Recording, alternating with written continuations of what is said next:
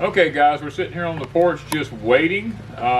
We have a lot of hay coming today, and it's supposed to be pouring down raining for the next 4 days. We're actively trying to get that hay here and get it wrapped so that we don't have to worry about it getting wet. It's a new thing we found. We're going to be trying it this year to try to preserve our hay for as long as possible till we can do something different.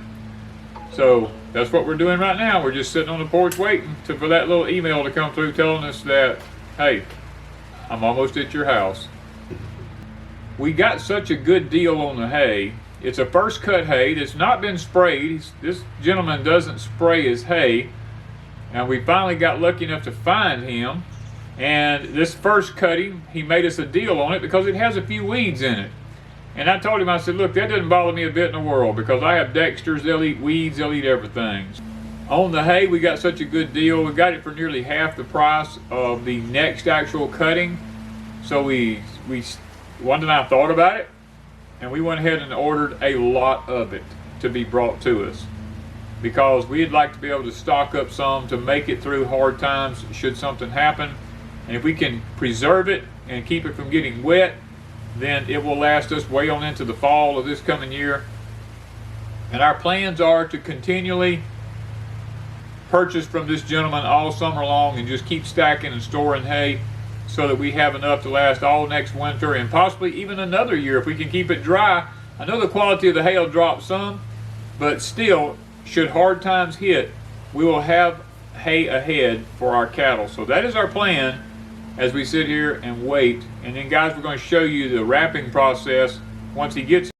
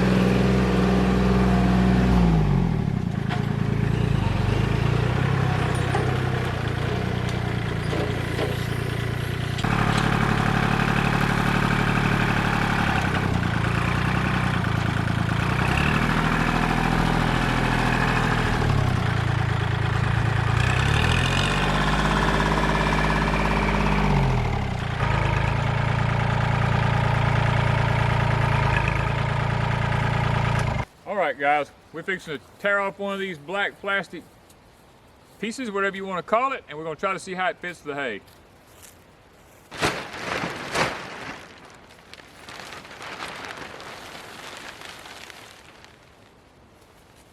Grab that duct tape, we'll do one with duct tape this time.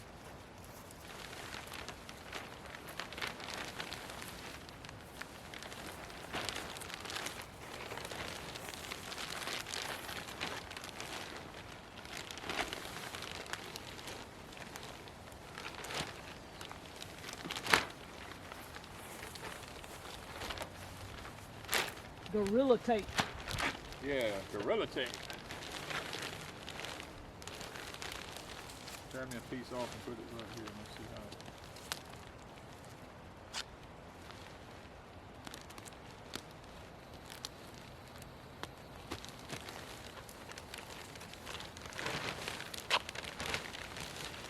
Not sure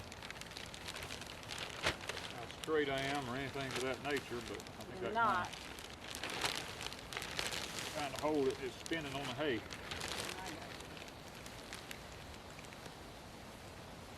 May have to undo this. That's it right there. Now, put me one in right here in the middle. Easier said than done.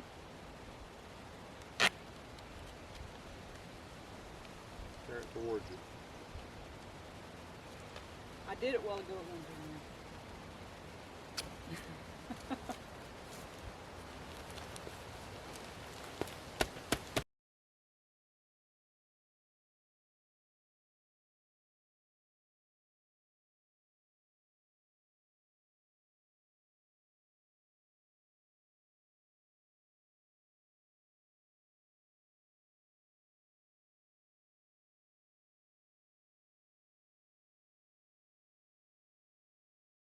End to end is not that big of a deal because we're going to stack it end to end, and that will help to seal it off some. I think we'll be okay in that aspect. We just got to take it now because we're running out of time. We've got heavy weather coming our way. We got to try to get this to where we're going to put it at and see if we can't get it stacked.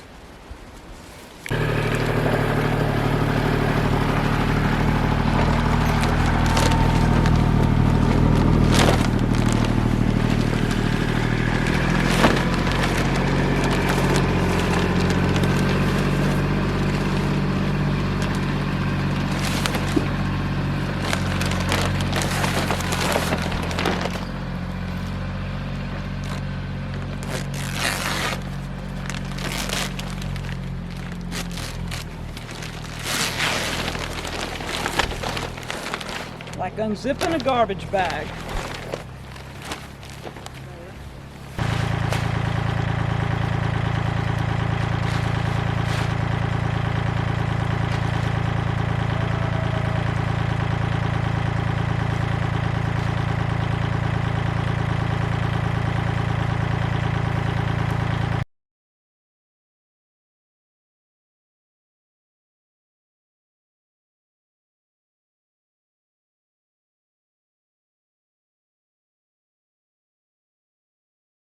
Come on, girls! I'm gonna have to go leave it. You gotta go get your babies. I'll have to go get my babies. I gotta open the gate again. No.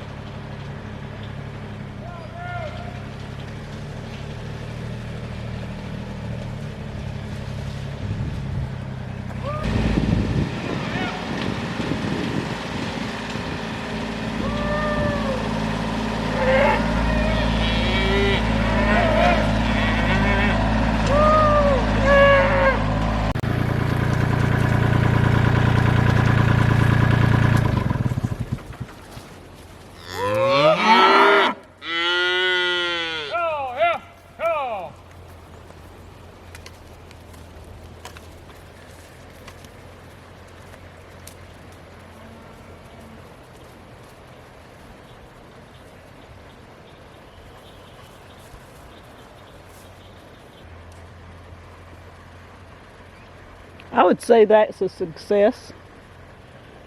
What? I'd say that's a success. Oh yeah. The animals been eating all day and then they come down here and they just go to gobbling it up. Every one of them's got straw hanging out their mouth. Old Davey ain't back here though.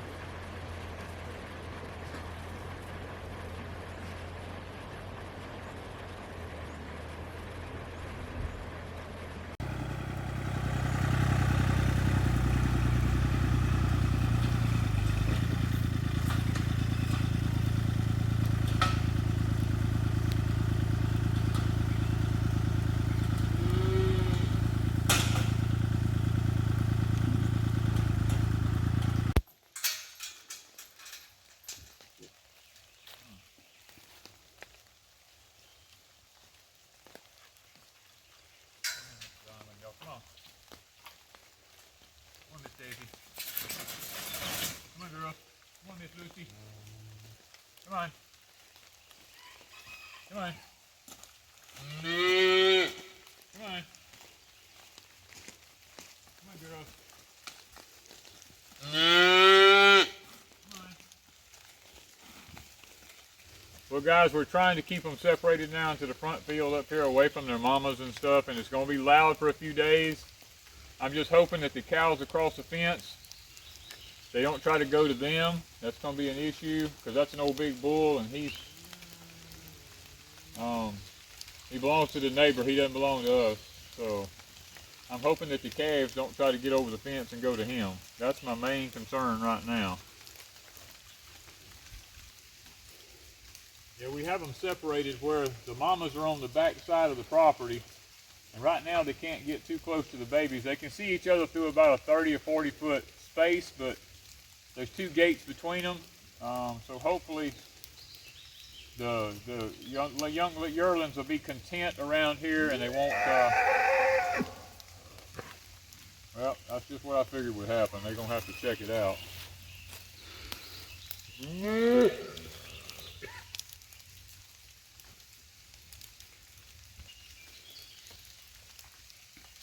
I'm hoping that a little bit there will kind of hang with them and get used to being around them.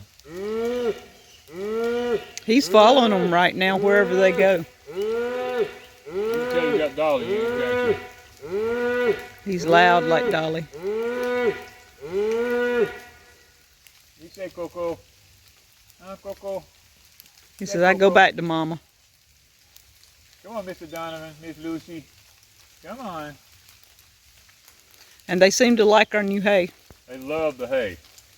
They are loving it. It's got red crimson clover in it and all that. They loving it.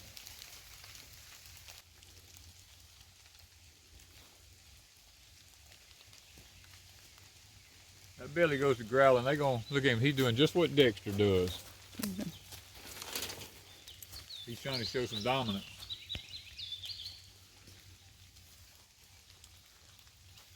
He got that from his daddy. Gets that from his daddy. His daddy does the same thing.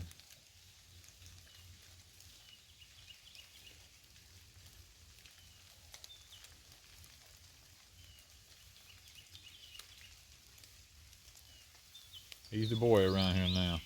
Look at him just tearing it up now. All right, we just paid to Hey. have that hay done that way. What you undoing it for?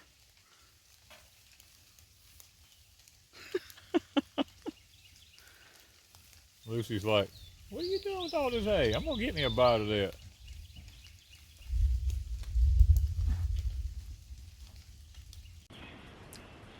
Well, guys, it's now another day.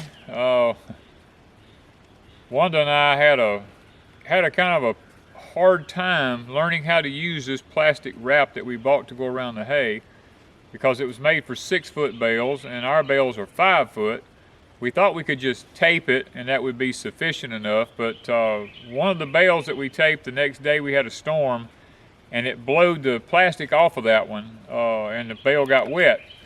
So we had to go back and rethink it, and what we came up with, we still taped it, we still folded it under and taped it, but what we done after we taped it, we rolled the plastic on the bale and we put where it laps over at under the bottom of the bale of hay, and then we sat the bale down on it. That way the wind couldn't get to pull the tape back loose from the plastic. And then we come up with this idea of taking our 6-inch garden staples, and we folded the plastic in and folded the top over it and put these we used our old rusty garden staples.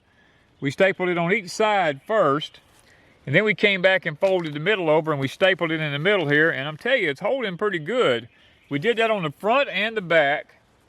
Now it doesn't protect this part of the hay here from getting wet, but it protects the majority of the hay from getting wet, and it supposedly will allow our hay to last for up to a year wrapped this away and not lose a lot of its value to it. Now, we had to do this because we don't have a building to put our hay under, and we didn't want to a lot of people in the South just leave it sitting out in the fields. We didn't want to do that because we got such a good deal on this hay, because we found a guy who did not spray his hay, and he made us a really good offer on it because it was the first cutting, an offer almost that we could not refuse. So technically, Wanda and I bought almost everything he had, which was like 60 bales at the time. He had already had promises for the others, so we bought the remaining hay that he had left in the field. And 60 bales will take us through predominantly most of a year without any problems. So we're hoping, because we're going into summertime, and as the grasses begin to grow and the fields get green, the cows will eat less hay. But just in case they start to eat a place down a little too much, we can supplement it with a roll of hay and not put too much pressure on our pastures, we're hoping. That's kind of the thinking right now. So what we done was we didn't put all of our hay in one spot. Now some of it we covered, some of it we did not cover. We only had so many of these covers.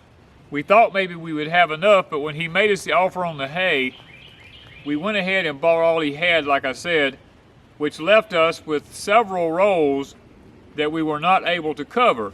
But we were okay with that because of the simple fact that we're going to be using it throughout the summer months. Occasionally we'll use a roll of hay, and we're going to use all of the uncovered hay first and save the covered hay for the winter time, because he told us as time goes on, here we cut hay every 35 to 40 days. Here we cut hay. And he told me, he said, look, if you need more, I will contact you every time I cut hay, and if you want to purchase a few more bales, then you can do it, which gives me and Wanda time to or get some more covers, or if we run out of the hay that's in the fields, then we can use that hay to supplement with and keep the covered hay for winter months. It's just going to be a win-win situation for us here on our hay. This hay, this gentleman actually planted red crimson clover in with this hay when he planted it in the wintertime, and a lot of people here for some strange reason did not want it with the red crimson clover in it. Now me personally, I think red crimson clover is a great cattle fodder, and plus it puts the seeds all in this so that when the cows eat it and they use the bathroom all over our fields, they're actually planting the red crimson clover all over our land, which is a natural nitrogen fixer for our soil, along with the animal manure. And the fact that this is not sprayed. Now see, let me mention this, we've got a situation going here. For 2 years, Wanda and I did not know it, but we've been feeding hay to our cows that had been sprayed. We weren't familiar, we didn't know about Grazon at the time. But now that we know about Grazon, our animals have literally manured all in our fields everywhere, in the pastures. Well, actually, we're looking at this as a win-win situation, because we don't plan on planting the pastures back with gardens anymore anyway. What happens is the Grazon manure prevents any type of broadleaf weed from coming up in the fields. And the grass is a monocot. Monocot pulls the Grazon out of the soil. It usually takes it 2 to 3 years to do that. So we technically have a win situation here. Our fields don't have any weeds in them now because of the Grazon, and we're now feeding hay that we know is not sprayed. So from this point forward, for the next 3 years, we should have fields that don't have any weeds in them, and no broadleaf weeds, let's say. And the monocot grass is pulling the Grazon out of the soil. This grass that has not been sprayed is being put back onto the field in the form of manure, so we're actually fertilizing our field with manure that doesn't have Grazon in it. So 2 to 3 years from now, our fields should be completely fertilized, and the Grazon should pretty much be used up out of the fields, and we should have great rich land from that point forward, as long as we're able to keep this grass that's not fertilized. And this is a very young guy that's just got into the hay business that we're purchasing from, and he plans on doing it for many years to come because he's invested in a lot of equipment. He's leased a lot of land and stuff like that. So for Wanda and I, we're on his list now, so we're hoping that this is going to be a win-win situation for us here at Deep South Homestead. Okay guys, I wanted to show you there's a lot of different ways you can stack round bales of hay, but there is a proper way and an improper way. With this black cover on it here, in our extreme heat, we can't just stack it like it's required to be stacked end to end where you butt it up against one another, because we did that for one day and I went out to stick my hand between them and it was so hot it was about to set itself on fire, because in our intense heat the black plastic absorbs a lot of heat, and if you fix it where it can't breathe, it will actually set itself on fire. So what I've done is I've turned them sideways. Now this is a very steep hillside. It's very difficult to see that with the camera. Wanda's holding her arm up as high as she can to try to help you to understand that there's probably a 4 foot or 5 foot drop in this hill right here coming down the hill here. And I stacked this hay bales sideways like this, where water would run and not go in the bales of hay, and I left air spaces between all the bales of hay so that the air can pass freely between them. This will help to prevent them from getting too hot in our intense heat. It took a couple of days to figure all this out to where we're able to get our hay stacked up now where it's hopefully we're not going to have any problems. That's what we're hoping. Now this isn't the only group of hay that we have. We actually have 2 more groups of hay on our property. One is right in front of our house, in front of the pond over there. We have bales that's covered, bales that's not covered, and then behind the cabin back here in another spot we have bales back there that are not covered, that are up under a bunch of trees back there, so that they shed some water off of them, because the trees, you know, prevent the water from falling down on them as bad. So this is just a little bit more about storing hay. It's very crucial that you store hay properly in order to keep it from catching on fire, plus in order for it just to last without any problems. This hay is not covered, so we stacked it in the traditional style because we don't have to worry about it catching on fire this way. It is stacked end to end up against one another. It leaves an air space between them right here, but the ends of them are all touching each other. This helps to prevent them from getting too wet and shedding off as much water as possible. The water will run like this, and it just looks like one solid giant roll down through there. And I run my hands down in here. There's no heat in it or anything like that. So this is the traditional way to properly stack hay that's just left sitting out in the opening. Now this is over here by our cabin, like I mentioned to you. Guys, we just don't have enough room to put all of our hay in one big field, because our fields are being used. We have to improvise and find places on our property where we don't have a lot of permaculture going on. And this is one spot that I had just pushed out here a couple of months ago and cleaned the woods up and got rid of all the underbrush, and I have utilized it for the hay place. This will be the first hay that we use whenever we go to feed the cows, because we feel like that this hay will deteriorate faster than the hay that we have wrapped. Back over in front of the house here now, we have about somewhere between 18 and 20 bales of hay right here in front of the house, some wrapped, some not wrapped. We've already fed 2 bales to the cows, and they literally love it. They, as a matter of fact, they want to stay in the hay more than they want to go out in the field and eat. So that's a good thing. We really appreciate that fact. Just sitting here thinking, this is not all of our hay. We actually have a whole nother section over here behind our hugel bed that we had a lot of erosion problems going on behind it. I actually stacked those round bales up behind it back there to prevent the water from going any further down the hill and causing any more erosion. So we're actually using it for a 2-part deal there. So guys, when the deals come along and hay is as scarce as it was this past year, you need to capitalize on something when it happens like this and prepare for the future. Preparing is not only about food, preparing is about your animals and stuff like that, about making sure you have quality feed for them whenever when it comes time. And with the economy going the way that it's going and fuel prices going the way they're going, when we saw the opportunity to get this hay at a really cheap price, we jumped on it because we felt like it was the Lord opening up a door for us to be able to afford to feed our animals for another year. So guys, take advantage of the deals when they come. Thank you guys from Deep South Homestead.